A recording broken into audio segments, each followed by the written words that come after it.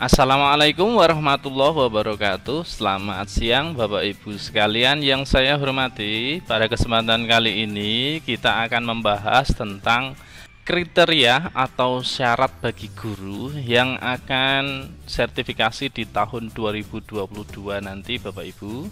Jadi untuk kali ini kita akan fokus ke PPG dalam jabatan ya, atau bagi Bapak Ibu guru, baik guru PNS yang belum sertifikasi maupun guru honorer swasta maupun negeri yang belum sertifikasi Bapak Ibu. Karena kita ketahui ya, seperti yang pernah kami sampaikan di video sebelumnya, bahwa di tahun 2022 nanti akan ada dua jalur untuk sertifikasi, yaitu PPG dalam jabatan dan PPG Prajabatan model baru tahun 2022. Nah, untuk kali ini sekali lagi kami tekankan untuk PPG dalam jabatan. Jadi bagi Bapak Ibu guru yang sudah mengabdi di sekolah. Seperti itu ya Bapak Ibu. Nah, pertanyaan yang muncul dengan adanya PPG Prajabatan model baru di tahun 2022,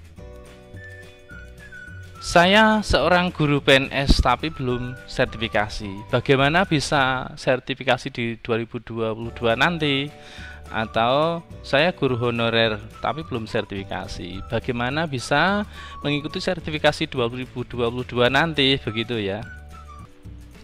Nah, untuk peraturan yang mengatur tentang PPG dalam jabatan ini, acuannya atau rujukannya adalah Peraturan Menteri Pendidikan dan Kebudayaan Nomor 38 Tahun 2020 Bapak Ibu. Jadi saat ini masih menjadi acuan ya terkait PPG dalam jabatan tentang tata cara memperoleh sertifikat pendidik bagi guru dalam jabatan. Nanti di bagian deskripsi juga akan kami cantumkan linknya, salinan Peraturan Menteri Pendidikan dan Kebudayaan Nomor 38 ini tentang cara memperoleh sertifikat pendidik bagi guru dalam jabatan.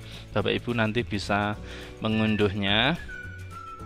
Nah, di dalam Permendikbud Nomor 38 Tahun 2020 itu memuat 6 kriteria Bapak Ibu, atau 6 syarat ya bagi guru dalam jabatan untuk memperoleh sertifikat pendidik atau memperoleh tunjangan sertifikasi, begitu ya. Jadi syarat yang pertama adalah memiliki kualifikasi akademik S1 atau D4. Kemudian yang kedua, guru dalam jabatan yang diangkat sampai dengan bulan Desember 2015. Nah, ini yang perlu dipahami Bapak Ibu, karena memang PPG dalam jabatan itu identik dengan antri ya. Jadi karena setiap tahun kan kuota yang ada itu terbatas, sementara jumlah guru yang antri itu lebih banyak Bapak Ibu, sehingga setiap tahunnya ya Bapak Ibu harus benar-benar antri untuk mengikuti atau untuk memperoleh sertifikat pendidik mengikuti PPG dalam jabatan ini Bapak Ibu. Nah, ini juga dapat menjawab pertanyaan dari beberapa teman-teman sebelumnya, dari Bapak Ibu sebelumnya, terkait dengan mungkin Bapak Ibu adalah CPNS baru atau honorer baru yang baru terjun di dunia pendidikan atau di sekolah, begitu baik 2017, 18, 19 atau baru saja di tahun ini seperti itu ya. Kapan saya bisa mengikuti PPG dalam jabatan Bapak Ibu, misalnya seperti ini. Nah, ini di poin kedua ini aturannya adalah dari bulan Desember 2015 Bapak Ibu.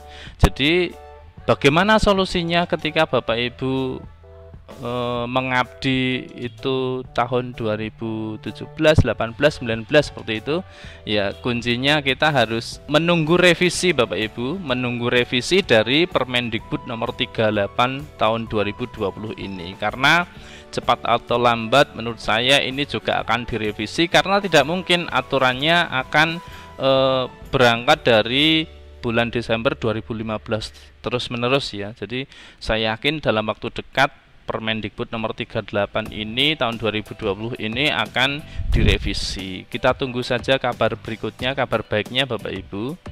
Kemudian yang ketiga atau poin C, guru dalam jabatan pada satuan pendidikan yang diselenggarakan oleh pemerintah pusat, pemerintah daerah, atau satuan pendidikan yang diselenggarakan oleh masyarakat. Jadi sederhananya begini Bapak Ibu, untuk kriteria C ini SK yang dikeluarkan itu adalah SK dari daerah ya Bapak Ibu, SK daerah atau dari bupati atau dari dinas pendidikan seperti itu. Jadi kata kuncinya adalah SK dari pusat maupun SK dari daerah begitu. Jadi bukan SK kepala sekolah ya untuk sekolah-sekolah negeri itu atau untuk Bapak Ibu guru yang honor di negeri. Jadi menggunakan SK-nya dari daerah atau kabupaten atau kota. Kalau misalnya menggunakan SK kepala sekolah untuk guru honorer negeri itu tidak akan diterima Bapak Ibu, karena sudah banyak dialami oleh teman-teman kami bahwa SK kepala sekolah itu ya dianggap tidak sah atau dianggap tidak memenuhi kriteria yang nomor C. Nah, untuk guru-guru swasta ini kabar baiknya Bapak Ibu, guru-guru swasta, honorer swasta itu bisa menggunakan SK tetap yayasan atau SK sekolah swastanya ya begitu. Jadi tidak perlu menggunakan SK dari pemerintah daerah atau pusat atau dari dinas pendidikan seperti itu. Dalam hal ini untuk poin C itu syaratnya lebih mudah bagi guru-guru swasta maupun guru tetap yayasan. Seperti itu Bapak Ibu. Ini adalah poin yang C, yang ketiga. Sekarang kita lanjutkan poin yang D atau poin yang keempat. Terdaftar pada data pokok pendidikan Kementerian Pendidikan dan Kebudayaan atau terdaftar pada Dapodik Bapak Ibu. Jadi meskipun Bapak Ibu misalnya mendapatkan SK pertamanya itu tahun 2013, 2014 misalnya, tetapi belum masuk Dapodik, ya Bapak Ibu dianggap tidak memenuhi syarat untuk poin yang keempat ini Bapak Ibu, gitu ya. Kemudian syarat yang kelima atau E adalah memiliki NUPTK, nomor unik pendidik dan tenaga kependidikan Bapak Ibu. Ini sepertinya masih untuk di awal itu tidak menjadi syarat wajib Bapak Ibu.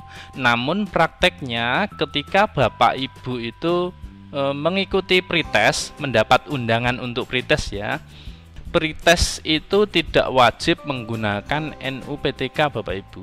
Seperti itu. Jadi untuk mengikuti undangan pretest itu Bapak Ibu tidak memerlukan NUPTK. Nah, tetapi prakteknya Bapak Ibu ketika Bapak Ibu usai mengikuti pretest kemudian masuk penjaringan PPG, untuk mengikuti PPG itu harus ada NUPTK-nya Bapak Ibu. Karena jika belum memiliki NUPTK ya dianggap tidak memiliki syarat untuk mengikuti PPG. Nah, ini juga banyak sekali kasus di teman-teman guru kita sudah lolos pretest tetapi belum dipanggil PPG.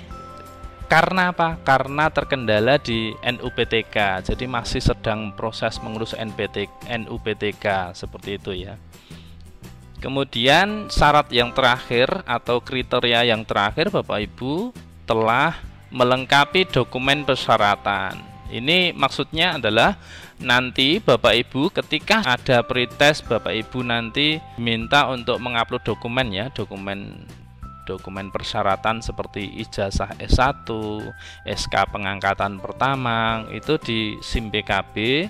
Jadi biasanya Bapak Ibu itu akan mendapat undangan ya, mendapat undangan untuk pretest. Setelah lulus itu akan ada pengumuman baik Bapak Ibu yang lulus maupun tidak lulus pretest. Jadi ketika tidak lulus notifikasinya di SIM PKB akan seperti ini ya.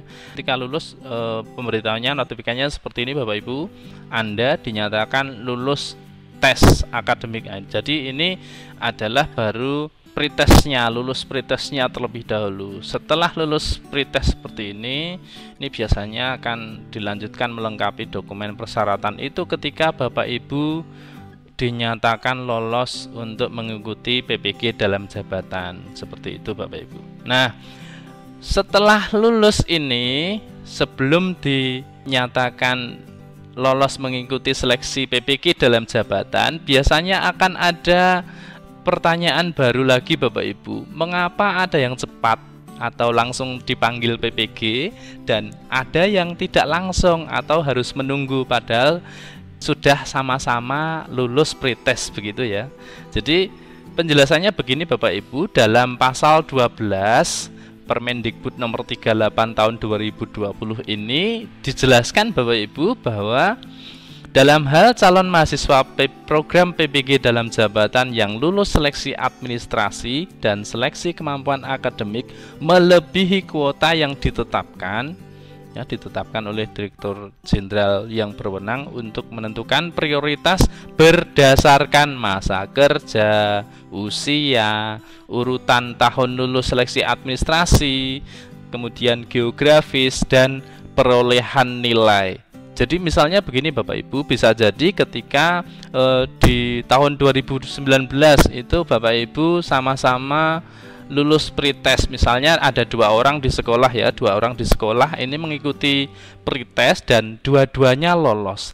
Tapi karena kuota itu mengharuskan misalnya hanya satu yang harus ikut PPG misalnya, maka bisa jadi yang diundang untuk PPG dalam jabatan itu adalah yang bisa jadi masa kerjanya lebih lama, kemudian berdasarkan usia usia lebih senior seperti itu.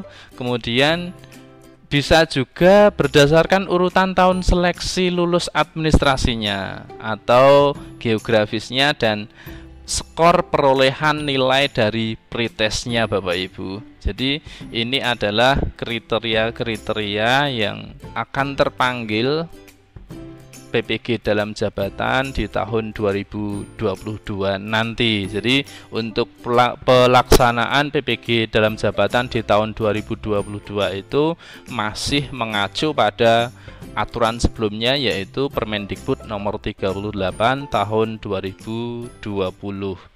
Nah, di akhir dari paparan ini saya doakan Bapak Ibu yang baru saja terjun di dunia pendidikan segera saja melengkapi persyaratan untuk mengikuti ini. Ada 6 kriteria ini yang harus terpenuhi Bapak Ibu. Semoga dari ke-6 ini harus Bapak Ibu penuhi satu persatu dari awal. Dan bagi Bapak Ibu guru yang sudah dinyatakan lolos pretest namun belum terpanggil untuk mengikuti PPG dalam jabatan, saya doakan di tahun 2022 nanti akan mendapat prioritas untuk diundang menjadi calon peserta PPG dalam jabatan tahun 2020. Demikian paparan dari saya, kurang lebihnya saya mohon maaf. Saya akhiri. Assalamualaikum warahmatullahi wabarakatuh.